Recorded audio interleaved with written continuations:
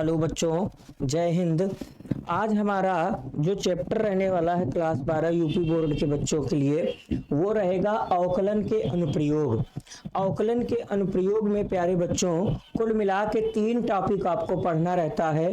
राशियों में परिवर्तन की दर, ह्रासमान व वर्धमान फलन, उच्चतम व निम्नतम फलन। समझ में आया? तो आज हम 2 टॉपिक कवर करेंगे और इनसे हम बहुत इंपॉर्टेंट क्वेश्चन लेकर आए हैं जो पेपर में आते हैं। एक हम पढ़ाएंगे राशियों में परिवर्तन की दर और ह्रासमान वर्धमान से महत्वपूर्ण प्रश्न कॉन्सेप्ट सहित पढ़ाएंगे। तो आप लोग लगातार देखते रहिए। हर एक चैप्टर की हर एक चैप्टर का इंपॉर्टेंट क्वेश्चन हम सब कवर कराएंगे। चलिए स्टार्ट करते हैं। ये है पहला क्वेश्चन। एक गुब्बारे की त्रिज्या 10 सेंटीमीटर पर सेकंड की दर से बढ़ रही है। गुब्बारे की सतह का क्षेत्रफल किस दर से बढ़ रहा है जबकि त्रिज्या 15 सेंटीमीटर है। देखो, राशियों में परिवर्तन की दर, परिवर्तन का मतलब होता है बच्चों अवकलन। जैसे कुछ इसमें कॉन्सेप्ट हम बता दे रहे हैं। जैसे आपसे कहा जाए टी के सापेक्ष, टी के सापेक्ष v में परिवर्तन की दर, तो t के सापेक्ष v में परिवर्तन की दर को हम लोग बोलते हैं dv/dt। dv/dt का मतलब होता है t के सापेक्ष v में परिवर्तन की दर, परिवर्तन हो रहा। परिवर्तन 2 तरीके से होता है। एक होता है वृद्धि और एक होता है कमी। तो वृद्धि में क्या होता है? पॉजिटिव। अगर dv/dt पॉजिटिव है तो वृद्धि होगा, और कमी के लिए dv/dt क्या है? निगेटिव में है, तो ये कमी होगा। अच्छा, इस चैप्टर में हमको 2 बातों का ध्यान देना है। क्या दिया है और क्या ज्ञात करना है। इसमें देखो दिया है एक गुब्बारे की त्रिज्या 10 सेंटीमीटर पर सेकंड की दर से बढ़ रही है। इसका मतलब त्रिज्या बदल रही है। त्रिज्या को हम r से रिप्रेजेंट करते हैं। तो ध्यान से देखो, इस क्वेश्चन का सलूशन क्या होगा। इसका सलूशन हम यहाँ पर लिख देते हैं। दिया है, क्या दिया है? त्रिज्या में परिवर्तन माने dr/dt बराबर दिया है 2 सेंटीमीटर पर सेकंड। dr/dt दिया गया। गुब्बारे की सतह किस दर से बढ़ रहा है ना। गुब्बारे की सतह का क्षेत्रफल किस दर से बढ़ रहा है जबकि उसकी त्रिज्या दिया गया है 15 सेंटीमीटर। गुब्बारे की त्रिज्या प्रारंभ में गुब्बारे की त्रिज्या 15 सेंटीमीटर है और उसकी त्रिज्या बढ़ भी रही है 2 सेंटीमीटर पर सेकंड की दर से। कह रहा कि गुब्बारे की सतह किस दर से बढ़ रहा है। इसका मतलब हम लोग गुब्बारे की सतह का क्षेत्रफल ज्ञात करेंगे। गुब्बारा गोलाकार रहता है और गोले की जो सतह है, गोले का जो वक्रपृष्ठ होता है वो 4πr² होता है। तो पहले लिखेंगे, अब यहां लिखेंगे गुब्बारे की सतह का क्षेत्रफल, गुब्बारे की सतह का क्षेत्रफल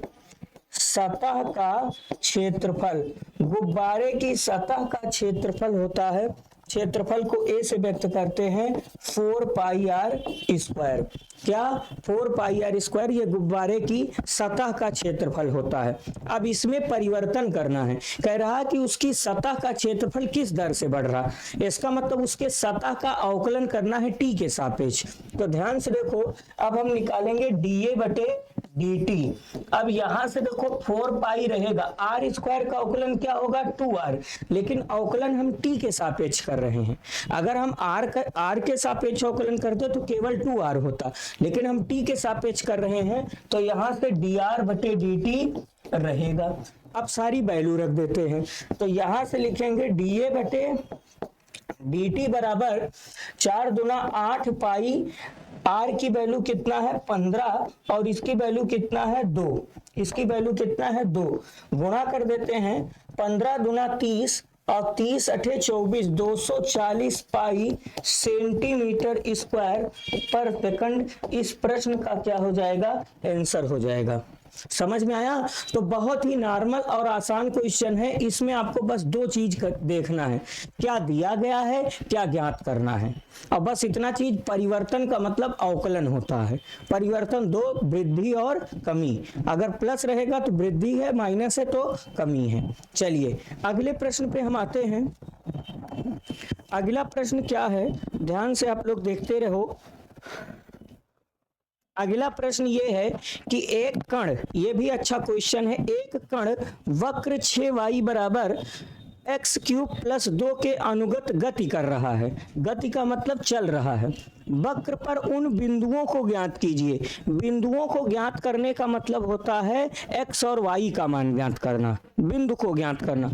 उन बिंदुओं को ज्ञात कर जिन पर भुज की तुलना में कोटि 8 गुना तीव्रता से बदल रहा है। अब देखो, बदल रहा का मतलब चेंज है, बदलने का मतलब अवकलन होता है। अब ध्यान से देखो, जैसे ये कण है, मतलब ये वक्र है, पहले इसको समझो। वक्र पर एक कण है, कण को हम P मान लेते हैं। P एक कण है। अब P ऐसे गति कर रहा है, P यहाँ ऐसे गति कर रहा है। तो जब P गति करेगा, P यहाँ है, P यहाँ जाएगा, जैसे जैसे P का पोजीशन बदलेगा तैसे तैसे उसका बिंदु बदल जाएगा। और बिंदु को हम मान लेते हैं x, y। तो यही, ये x क्या है, ये भुज है, और y क्या है, ये कोटि है। y क्या है, y कोटि है। तो भुज में जो परिवर्तन होता है dx बटे dt, ये भुज बदल रही है, और dy बटे dt का मतलब क्या हो रहा है, कोटि बदल रहा है। अब ध्यान से देखो, इसको कैसे सॉल्व करते हैं। सबसे पहले वक्र दिया है, वक्र दिया है 6y बराबर एक्स क्यूब प्लस 2, इसे समीकरण 1 मान लेते हैं। अब ध्यान से देखो, अब प्रश्नानुसार ध्यान से देखो, प्रश्नानुसार क्या लिखा गया है कि भुज की तुलना में कोटि 8 गुना तीव्रता से बदल रहा है। भुज की तुलना में कोटि जो है 8 गुना तीव्रता से बदल रहा है। इसका मतलब कोटि है आपका y जो बदल रहा है, मतलब dy बटे dt, वो जो x बदल रहा है dx बटे dt, उसके 8 गुना तीव्रता से बदल रहा है, 8 से गुणा कर देंगे। ये भुज बदल रहा, भुज का मतलब y, तो y जो बदल रहा, बदलने का मतलब अवकलन होता है। तो y बदल रहा है dy बटे dt, x भी बदल रहा है dx बटे dt, लेकिन y में जो परिवर्तन है वो x के परिवर्तन का 8 गुना है। इसे हम कहानी संख्या 2 मान लेते हैं। अब हम वक्र 1 का अवकलन करते हैं। वक्र 1 का अवकलन करने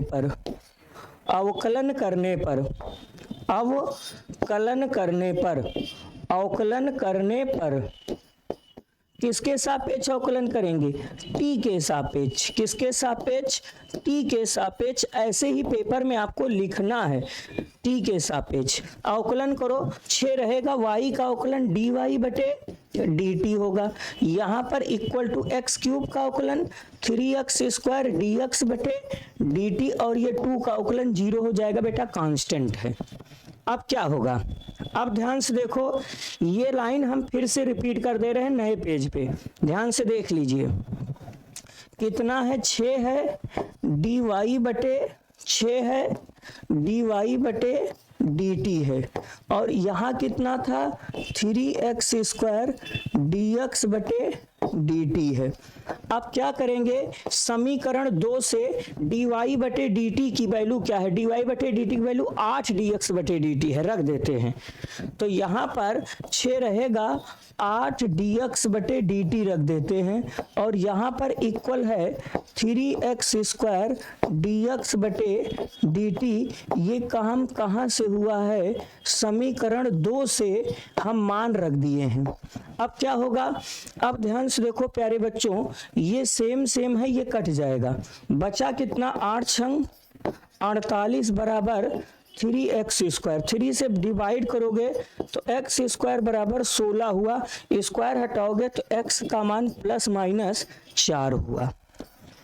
x का मान प्लस माइनस 4 हुआ। हमको बिंदुओं को ज्ञात करना, बिंदुओं का मतलब x और y का मान ज्ञात करना है। अब क्या करेंगे, अब समीकरण 1 में, कहां से, समीकरण 1 से, ध्यान से देखो, समीकरण एक से, समीकरण एक क्या था, 6y बराबर एक्स क्यूब प्लस 2 था।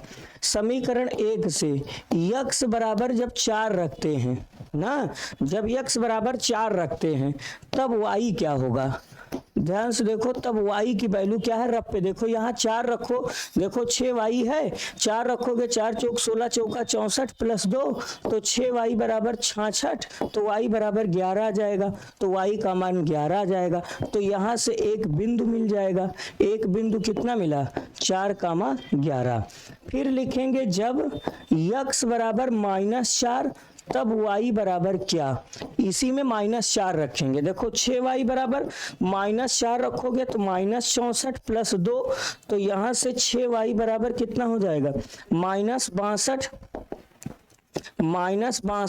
तो y बराबर कितना मिल जाएगा, -62, तो y बराबर मिल जाएगा -62/6, काटोगे तो -31/3, तो y का मान -31/3।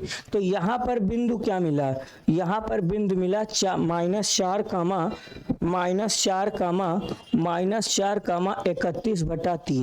समझ में आ रहा है बच्चों। तो इस प्रकार अतः कण पर स्थित बिंदु, लास्ट में लिख देते हैं अतः कण पर स्थित बिंदु ना, अतः वक्र पर स्थित बिंदु, अतः वक्र पर स्थित बिंदु क्या क्या होंगे, स्थित बिंदु क्या क्या होंगे, अतः वक्र पर स्थित बिंदु क्या क्या होंगे, 4,11 व -4, ये प्रश्न का आंसर हो जाएगा। तो हम रिक्वेस्ट करते हैं एक बार फिर से आप लोग समझ लीजिए, ये क्वेश्चन लिखा गया था कि एक वक्र है और वक्र पर कण जो है वो गति कर रहा है। तो देखो ये कण P है, P का निर्देशांक x, y है, यही x y का मान निकालना है, ठीक है। तो ये जो गति कर रहा है, जब गति करेगा तो इसमें x y चेंज होगा, बदलेगा, तो वही लिखा गया है कि y जो बदल रहा, y को हम लोग बोलते हैं क्या, कोटि। यही लिखा गया है कि जिन पर भुज की तुलना में कोटि 8 गुना तीव्रता से बदल रहा, कोटि का मतलब y जो है 8 गुना तीव्रता से बदल रहा है, मतलब dy/dt जो है वो 8 टाइम्स है dx/dt का, ये दिया गया है, ये वक्र दिया है। अब हम क्या करेंगे, इसका यूज करेंगे, यूज करने के लिए वक्र का हम लोग अवकलन करेंगे, तो वक्र का अवकलन कर दिए हैं। फिर इसमें dy/dt के जगह पे 8 dx/dt यहाँ देखो रख दिए हैं, फिर dx/dt से dx/dt कैंसिल होके यहाँ x का मान हम लोग +-4 प्राप्त कर लिए हैं। अब इस x का मान +-4 समीकरण 1 में रख देंगे तो y का मान मिल जाएगा। पहले हम x बराबर 4 रखेंगे तो y का मान देखो रफ पे कितना आ जाएगा, 11 आ जाएगा।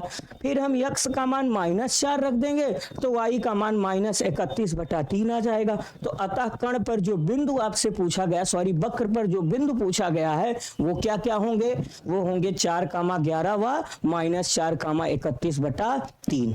समझ में आ गया। चलिए अगले प्रश्न पे आते हैं। ये अच्छा क्वेश्चन है, समझ में आया, इंपॉर्टेंट प्रश्न है। कह रहा कि वह अंतराल ज्ञात कीजिए जिनमें fx बराबर x² - 4x + 6 से प्रदत्त फलन, इसमें दो चीजें हैं, पहला निरंतर वर्धमान है, निरंतर ह्रासमान है। अब देखो वर्धमान ह्रासमान क्या होता है, यदि x के बढ़ने पर फलन का मान बढ़ता है तो उसे वर्धमान फलन कहते हैं, और x के बढ़ने पर अगर फलन का मान घटता है तो उसे ह्रासमान फलन कहते हैं। अब इसको अवकलन से जोड़ते हैं। किसी फलन का डेरिवेटिव अगर पॉजिटिव है, पॉजिटिव का मतलब 0 से बड़ा है, तो वो स्ट्रिक्टली इंक्रीजिंग होगा, निरंतर वर्धमान होगा। अगर डेरिवेटिव निगेटिव है, मतलब 0 से छोटा है, तो वो निरंतर ह्रासमान होगा, जिसको बोलते हैं स्ट्रिक्टली डिक्रीजिंग होगा। कुल मिला के अवकलन का साइन हमको चेक करना है। ध्यान से देखो क्वेश्चन, सबसे पहले सॉल्यूशन में प्रश्न उतार देते हैं। fx बराबर फंक्शन दिया गया है x² - 4x + 6, तो इसका डेरिवेटिव कर देते हैं f'(x), इसका 2x - 4, ठीक है, 4x का अवकलन 4। अब पहला दिया गया है निरंतर वर्धमान के लिए, निरंतर वर्धमान के लिए, निरंतर वर्धमान के लिए, तो निरंतर वर्धमान के लिए क्या करेंगे, इसका जो डेरिवेटिव है एफ डैश एक्स ये 0 से बड़ा होगा। अब एफ डैश एक्स की वैल्यू क्या है, 2x माइनस 4 ग्रेटर देन 0। अब इसको सॉल्व करते हैं तो ये हो जाएगा 2x ग्रेटर देन 4, तो x ग्रेटर देन 2, तो अंतराल क्या बनेगा, इसमें अंतराल क्या बनेगा, 2 से बड़ा। अब 2 से बड़ा कहाँ तक बड़ा, प्लस इन्फिनिटिव तक, तो इसका आंसर होगा 2 से कहाँ तक, इनफाइनाइट तक। अब दूसरा क्वेश्चन पूछा गया है निरंतर हरासमान के लिए, निरंतर हरासमान के लिए, निरंतर हरासमान के लिए, तो हरासमान के लिए क्या होगा, हरासमान के लिए एफ डैश एक्स जो होगा 0 से छोटा होगा। अब एफ डैश एक्स की वैल्यू क्या है, 2x माइनस 4, तो यहाँ पर रखेंगे 2x माइनस 4 लेस देन 0। फिर क्या होगा, फिर क्या होगा, फिर यही होगा 2x लेस देन 4, तो यहाँ से x लेस देन 2 होगा, 2 से 4 में भाग कर देंगे। तो यहाँ पर जो अंतराल बनेगा, यहाँ पर जो अंतराल बनेगा 2 से छोटा मतलब माइनस इन्फिनिटिव से कहाँ तक, 2 से छोटा मतलब पीछे, पीछे कहाँ तक, माइनस इन्फिनिटिव। बहुत ही प्यारा प्रश्न था ये, एनसीईआरटी का एग्जाम्पल है, समझ में, 2022 एफजे 2024 एफए में ये क्वेश्चन पूछा गया था। ठीक है, चलिए आगे हम बढ़ते हैं। एक बार फिर से देख लो, कह रहा है कि वह अंतराल बताओ जिसमें फलन जो है वर्धमान है और ह्रासमान है। तो वर्धमान ह्रासमान कैसे हम लोग चेक करते हैं, हम सीधा सीधा डेरिवेटिव करते हैं, सीधा सीधा इसका डेरिवेटिव करेंगे। डेरिवेटिव एक्स स्क्वायर का डेरिवेटिव 2x, 4x का डेरिवेटिव 4, 6 का डेरिवेटिव 0, कांस्टेंट टर्म है। अब लिखा गया है पहला निरंतर वर्धमान के लिए डेरिवेटिव 0 से बड़ा होता है, means f dash x greater than 0, f dash x की value 2x minus 4 greater than 0, तो यहाँ x की वैल्यू 2 से बड़ी है, कहाँ तक बड़ी, प्लस इनफाइनाइट तक बड़ी। तो इसका पहला अंतराल बनेगा 2 से इन्फिनिटिव के बीच में, इसके अवकलन का साइन हमेशा पॉजिटिव रहेगा। ठीक है, और 2 से माइनस की तरफ जब आओगे, माइनस इन्फिनिटिव तरफ आओगे, तो इसके अवकलन का साइन निगेटिव होगा, जिसके कारण ये क्या होगा, ये ह्रासमान होगा। समझ में आया? चलिए ये देखो, एक गुब्बारा जो सदैव गोलाकार रहता है कि त्रिज्या परिवर्तनशील है। परिवर्तनशील का मतलब बदल रही है, बदल सकती है। त्रिज्या के सापेक्ष आयतन, अब इसमें दे दिया गया है त्रिज्या के सापेक्ष आयतन में परिवर्तन की दर ज्ञात की, इसका मतलब इसके आयतन का अवकलन करेंगे वो भी त्रिज्या के सापेक्ष, त्रिज्या मतलब आर के सापेक्ष, जबकि उसकी त्रिज्या जो है वो 10 सेंटीमीटर है। समझ में आया? अब ध्यान से देखो, सॉल्यूशन में इसकी त्रिज्या हमको दी गई है, त्रिज्या कितनी है, इसकी त्रिज्या r बराबर 10 सेंटीमीटर दिया गया है। हमको गुब्बारे का आयतन ज्ञात करना, गुब्बारा गोलाकार रहता है, तो गोले का आयतन, क्या, गोले का आयतन, गोले का आयतन क्या होता है, गोले का आयतन v बराबर 4/3 पाई r क्यूब। अब अवकलन कर देंगे dv बाई dr, क्योंकि उसका कह रहा त्रिज्या के सापेक्ष माने r के सापेक्ष अवकलन करना है, तो dv बाई dr 4/3 रहेगा, पाई रहेगा, r क्यूब का अवकलन 3r स्क्वायर। अब यहाँ dr बटे dt नहीं रहेगा, क्यों, क्योंकि हमको त्रिज्या के सापेक्ष अवकलन करना है, r क्यूब का अवकलन r के सापेक्ष 3r स्क्वायर होगा। तो ये गलती आप लोग मत करना। चलिए अब वैल्यू रख देते हैं, तो 4/3 पाई रहेगा, 3 रहेगा, r की वैल्यू कितना है, 10 गुणे 10, 3 से 3 कैंसिल हो जाएगा, 10 400 पाई सेंटीमीटर क्यूब पर सेंटीमीटर इस प्रश्न का क्या होगा, आंसर होगा। चूंकि v जो है वैल्यूम है, वैल्यूम का मात्रक क्यूब होता है, और r जो है वो रेडियस है, रेडियस डिस्टेंस है, ये सेंटीमीटर होगा। समझ में आया? चलिए, एक स्थिर तालाब में एक पत्थर डाला जाता है, चलिए, उस और उत्पन्न तरंगे वृत्त में 4 सेंटीमीटर की गति से चलती हैं, इसका मतलब बदल रही हैं। फिर कह रहा है कि जब वृत्ताकार तरंगों की त्रिज्या 10 सेंटीमीटर है, त्रिज्या दे दी गई है r बराबर 10 सेंटीमीटर, तो उस क्षण घिरा हुआ क्षेत्रफल कितनी तेजी से बढ़ रहा है। इसका मतलब पूरा कॉन्सेप्ट वृत्त का लगेगा। कह रहा कि एक झील में पत्थर डाला जाता है, उसकी तरंगे वृत्ताकार रूप में निकल रही हैं। समझ में आया? तो पूरा कॉन्सेप्ट वृत्त का लगेगा। सीधा सीधा वृत्त की त्रिज्या इसमें 10 सेंटीमीटर दिया है। सॉल्यूशन में इसकी प्रारंभ में त्रिज्या दिया गया है, त्रिज्या दिया गया है r बराबर 10 सेंटीमीटर इसकी त्रिज्या है। फिर उसके बाद त्रिज्या में परिवर्तन, त्रिज्या में तथा और भी दिया गया है, त्रिज्या में परिवर्तन, त्रिज्या में परिवर्तन हो रहा है। त्रिज्या में परिवर्तन मतलब त्रिज्या बदल रही है dr बटे dt। किस दर से बदल रही है? 4 सेंटीमीटर पर सेकंड की दर से उसकी त्रिज्या बदल रही है। कह रहा कि घिरा हुआ क्षेत्र का क्षेत्रफल, इसका मतलब वृत्ताकार तरंग का क्षेत्रफल, वृत्ताकार तरंग का क्षेत्रफल। तो यहां पर वृत्त का क्षेत्रफल लगेगा a बराबर सूत्र क्या होता है? पाई r स्क्वायर। अब इसका अवकलन करेंगे dA बटे dt, तो पाई रहेगा r का अवकलन r स्क्वायर का 2r, लेकिन dr बटे क्या होगा? dt। अब हम लोग t के सापेक्ष इसका अवकलन कर रहे हैं, ना कि r के सापेक्ष। अब सारी वैल्यू रख देते हैं, तो यहां से dA बटे dt रहेगा, फिर यहां से हो जाएगा 2 पाई रहेगा। r की वैल्यू कितनी है? r की वैल्यू 10 है और ये 4 है, तो 10 चौक 40 दूना 80 पाई सेंटीमीटर स्क्वायर पर सेकंड इस प्रश्न का क्या हो जाएगा? आंसर हो जाएगा। बहुत ही नॉर्मल पेपर बनता है बेटा, बस आप लोग अगर प्रैक्टिस लगातार करते रहोगे तो हर एक सवाल लगाने लायक रहोगे, आपके अंदर एक कॉन्फिडेंस बना रहेगा। लेकिन अगर आप प्रैक्टिस नहीं करोगे, सवाल केवल एक बार 2 बार लगाओगे तो आप डिस्टर्ब हो जाओगे। केवल एनसीईआरटी के एग्जाम्पल सहित सारे क्वेश्चन कायदे से आप करोगे तो आप अच्छे नंबर लाने लायक रहोगे। चलिए आगे बढ़ते हैं।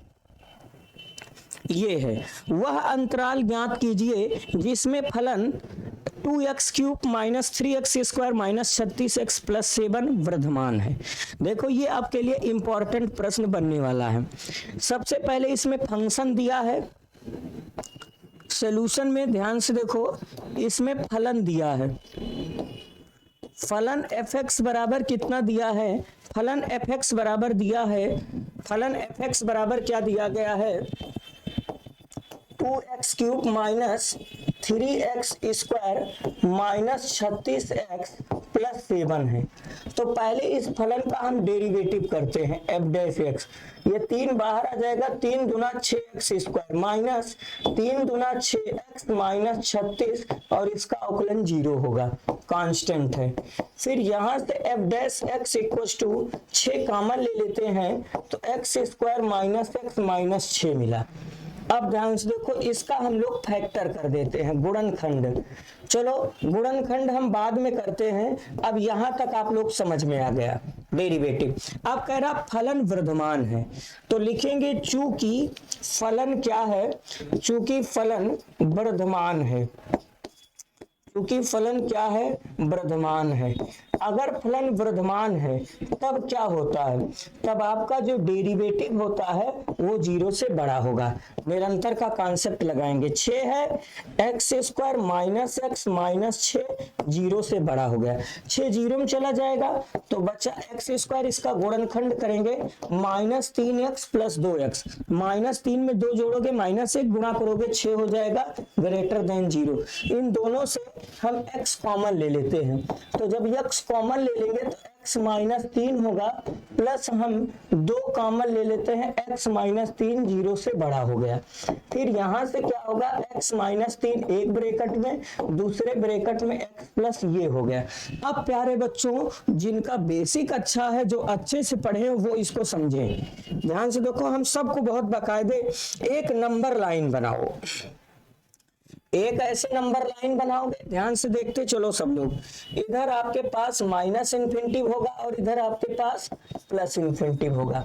अब ध्यान से देखो, पहले इस ब्रैकेट को 0 के बराबर करके x की वैल्यू निकालो। तो देखो यहां से x माइनस 3 बराबर 0, तो x बराबर क्या हो जाएगा 3 हो जाएगा। तो x की एक वैल्यू 3 है और x की एक वैल्यू -2 होगी, इसको 0 बराबर करोगे तो 3 और -2 में सबसे बड़ी वैल्यू पहले रखोगे, सबसे बड़ी 3 है तो सबसे बड़ा हम यहाँ 3 रखेंगे, फिर उसके बाद -2 रखेंगे। अब आपको दिमाग लगाना, इनको नहीं लेना है, व्हाइट बाल लगेगा क्योंकि 0 से बड़ा लाना है। अब आप लोग ढंग से समझो, सुनियो। अब हमको यहाँ पर हमारे पास 3 भाग हैं, 3 से बड़ा और एक 2 3 के बीच में और 2 से इन्फिनिटी, कौन सा लेना कौन सा नहीं, हमको पॉजिटिव लेना है 0 से बड़ा। अब आप 3 से बड़ी कोई भी संख्या रखो, इसमें 3 से बड़ी कोई संख्या रखो, देखो ये पॉजिटिव हो रहा है कि निगेटिव।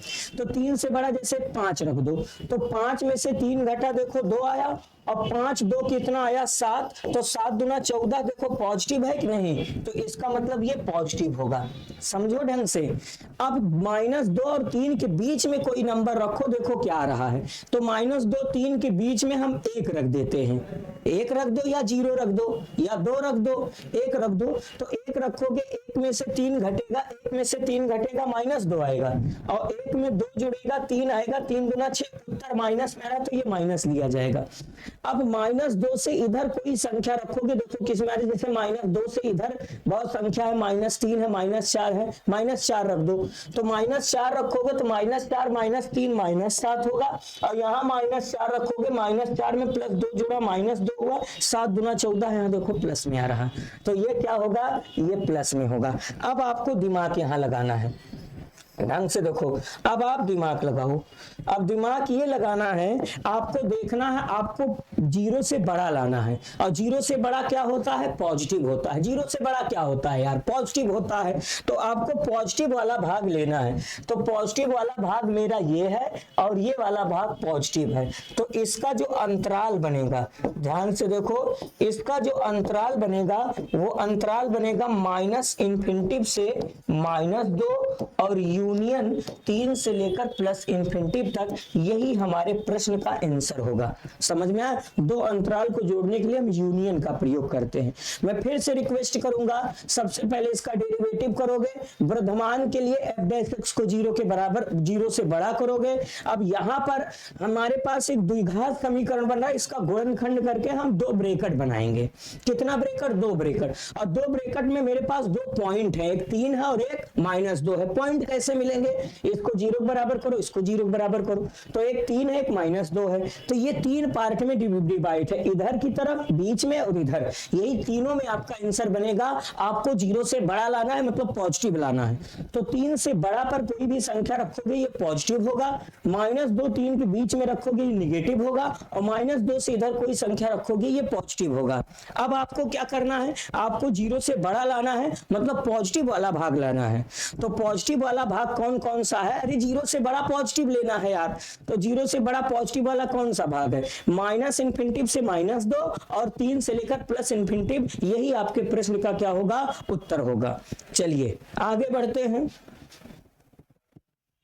ये क्वेश्चन है, देखो ये भी अच्छा प्रश्न है, इसको कैसे सॉल्व करते हैं।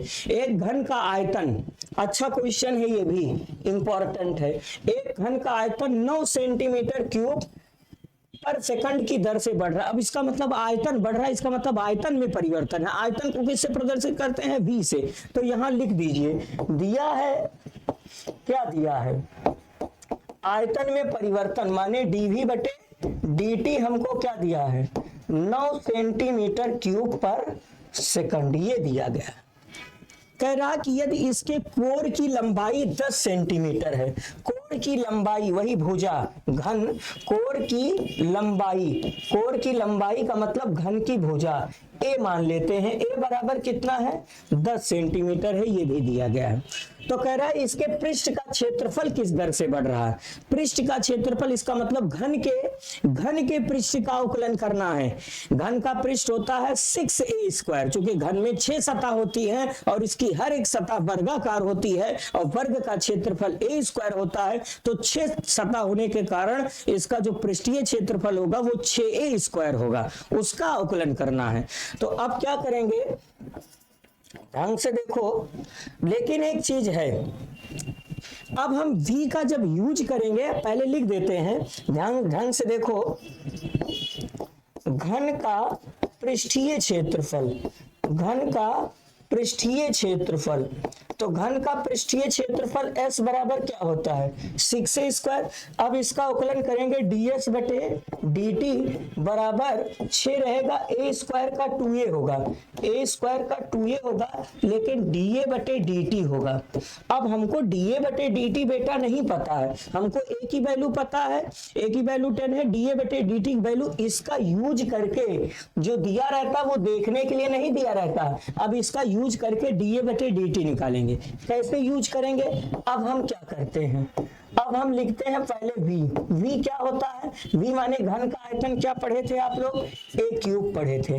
अब इसका अवकलन करोगे dv बटे dt, a क्यूब का अवकलन 3a स्क्वायर da बटे dt। अब यहां से da बटे dt मिल जाएगा, इसमें पुट कर देंगे, ढंग से देखो, इसकी वैल्यू आप लिख चुके हो 9 है, और यहां से 3a स्क्वायर da बटे dt, तो यहां से da बटे dt की वैल्यू आपको क्या मिल जाएगी, मिल जाएगा 9 अब बटे 3a स्क्वायर। जब आप कैंसिल करोगे तो 3 अपान a स्क्वायर मिल जाएगा, da बटे dt की वैल्यू, इसको पुट कर देते हैं।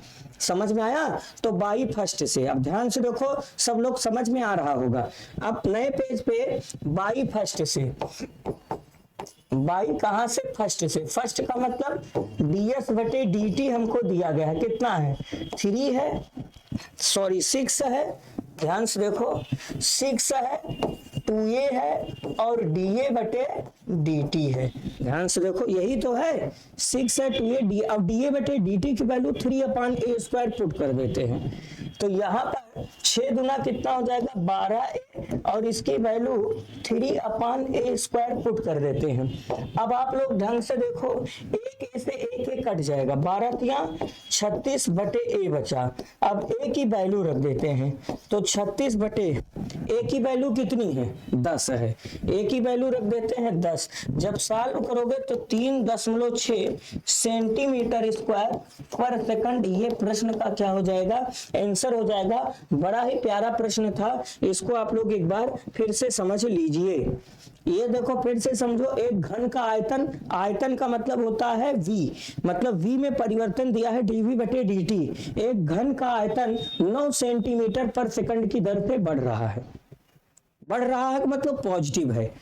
फिर कह रहा कि यदि इसके कोर की लंबाई, मतलब उसके घन की भुजा की लंबाई a बराबर 10 सेंटीमीटर दिया गया है, तो कह रहा इसका पृष्ठ का क्षेत्रफल किस दर से बढ़ रहा, पृष्ठ क्षेत्रफल मतलब s बराबर 6a स्क्वायर, इसका अवकलन करना है, तो इसका अवकलन ds बटे dt होगा, 6 रहेगा, a स्क्वायर का डेरिवेटिव 2a होगा, लेकिन da बटे dt होगा।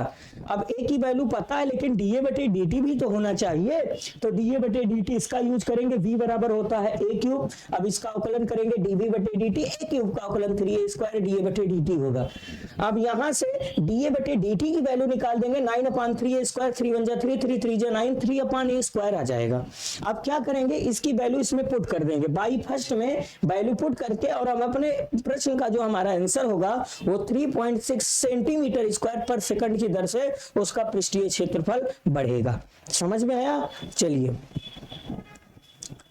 ये देखो, ये भी बहुत ही अच्छा क्वेश्चन है, इंपॉर्टेंट है, हम इसको बस प्रैक्टिस के लिए लिए हैं। ये 2024 एफ और सी में आया था, ध्यान से देखो, बड़ा अच्छा क्वेश्चन है। फंक्शन दिया गया था और कह रहा कि वह अंतराल ज्ञात कीजिए जिसमें वह वर्धमान है और ह्रासमान है। ध्यान से देखो, सबसे पहले फंक्शन उतार के उसका डेरिवेटिव वगैरह करते हैं। कितना है 3 अपान 10 x की पावर 4 है, माइनस 4 अपान 5, फिर क्या है x क्यूब है, माइनस 3x स्क्वायर है, और प्लस 36 बटे 5 इंटू x है, प्लस 11 है। अब हम इसका डेरिवेटिव करते हैं, तो डेरिवेटिव माने f डैश x, इसका 3 अपान 10 रहेगा, x पावर 4 का डेरिवेटिव 4x क्यूब होगा, माइनस 4 अपान 5 होगा, इसका 3x स्क्वायर होगा, और इसका 3 2 जा 6 होगा, और यहां से 36 बटा 5 रहेगा। अब ढंग से देखो, तो फिर यहाँ पर f डैश x बराबर क्या हो जाएगा, 4 तिया 12, बटे 10 होगा एक्स क्यूब हो गया, माइनस 4 तिया 12 बटे 5 एक्स स्क्वायर हुआ, माइनस 6x प्लस 36 बटा 5 होगा। अब हम क्या करते हैं, इसका एलसीएम वगैरह लेकर इसको सही करते हैं। इसमें सब में से हम 6 बाहर कॉमन ले लेते हैं, 6 बटा 5। तो ढंग से देखो एफ डैश एक्स, हम पहले इसमें सब में पहले 10 से मल्टीप्लाई कर देते हैं, चूंकि इसका एलसीएम हम 10 ले लेते हैं, 1 बटा 10 हम कॉमन ले लेते हैं। समझ में आया? अरे इसका एलसीएम 10 होगा तो यहां से हो जाएगा 12x क्यूब, 5 दूना 10, 12 दूना 24x स्क्वायर, 10 छंग 60x और 36 दूना 72 हो जाएगा। ये समझ में आया? 10 कम। अब ऊपर से सब में क्या कॉमन है? 12 कॉमन है। देखो 12 का भाग 12 दूना 24, 12 पंचे 60, 12 छंग 12 कॉमन ले लेते हैं। तो यहां से एफ डैश एक्स हो जाएगा, ऊपर से 12 बटे 10 कॉमन आ गया है, तो 12 कॉमन ले लोगे तो एक्स क्यूब होगा, 12 दूना 24 एक्स स्क्वायर होगा, 12 पंचे 60 होगा और 12 छंग 72 हो गया। हम यहां तक आ गए हैं। समझ में आया? अब पहला वर्धमान के लिए, ह्रासमान के लिए एक बार फिर से देखो, इसका बेटा सब डेरिवेटिव किए, इसका एलसीएम 10 ले लिए हैं, तो 10 को 10 से भाग करोगे, 10 को 5 से 10 में भाग करोगे, 5 दूना 10 तो 12 दूना 24, इसका 10 छंग 60 और इसका इसमें 2 से 36 दूना 72। समझ में आ रहा है? अब क्या करेंगे, वर्धमान नए पेज पे देखो, पहला वर्धमान के लिए, वर्धमान के लिए, वर्धमान के लिए, वर्धमान के लिए इसका डेरिवेटिव 0 से बड़ा कर देंगे। ध्यान से देखो, अब 0 से बड़ा करो तो 12 बटे 10 है, यहां से x cube minus 2x square, देखो x cube minus 2x square minus 5x plus 6 है, ये 0 से बड़ा होगा। तो 12 बटे 10 0 में चला जाएगा, x cube minus 2x square minus 5x plus 6 0 से बड़ा है। अब इसका गुणनखंड करो, इसका गुणनखंड करना ही सबसे बड़ा चैलेंज है। कैसे करेंगे?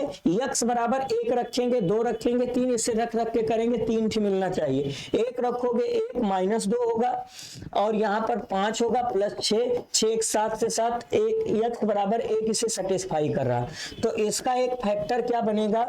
इसका एक फैक्टर x माइनस 1 होगा। दूसरा हम 2 रखते हैं तो 8 होगा, 2 दूना 4, 4 दूना 8 होगा, 5 दूना 10 प्लस 6 हो गया, ये 0 नहीं हो रहा, माइनस 2 रखो तो माइनस 2 का क्यूब माइनस 8 होगा। समझ में आया? और यहाँ पर 8 होगा, यहाँ माइनस 2 रखने, प्लस 10 6 16 18 16 तो 2 रखा गया, x माइनस 2 तो x प्लस 2 होगा। x बराबर 3 भी इसे सेटिस्फाई करेगा, तो x माइनस 3 ग्रेटर देन 0। सब प्यारे बच्चों, इसमें वैल्यू रख रख के हमको फैक्टर इसका सोचना है। 1 रखेंगे, माइनस 1 रखेंगे, 2 रखेंगे, माइनस 2 रखेंगे, 3 रखेंगे, माइनस 3 रखेंगे, जो होगा वही हो जाएगा। अब देखो, अब फिर अभी रिक्वेस्ट करेंगे, वही नंबर लाइन पे हम लोग पॉइंट निकालेंगे। समझ में आया? इधर प्लस इन्फिनिटिव रहेगा और इधर माइनस इन्फिनिटिव रहेगा।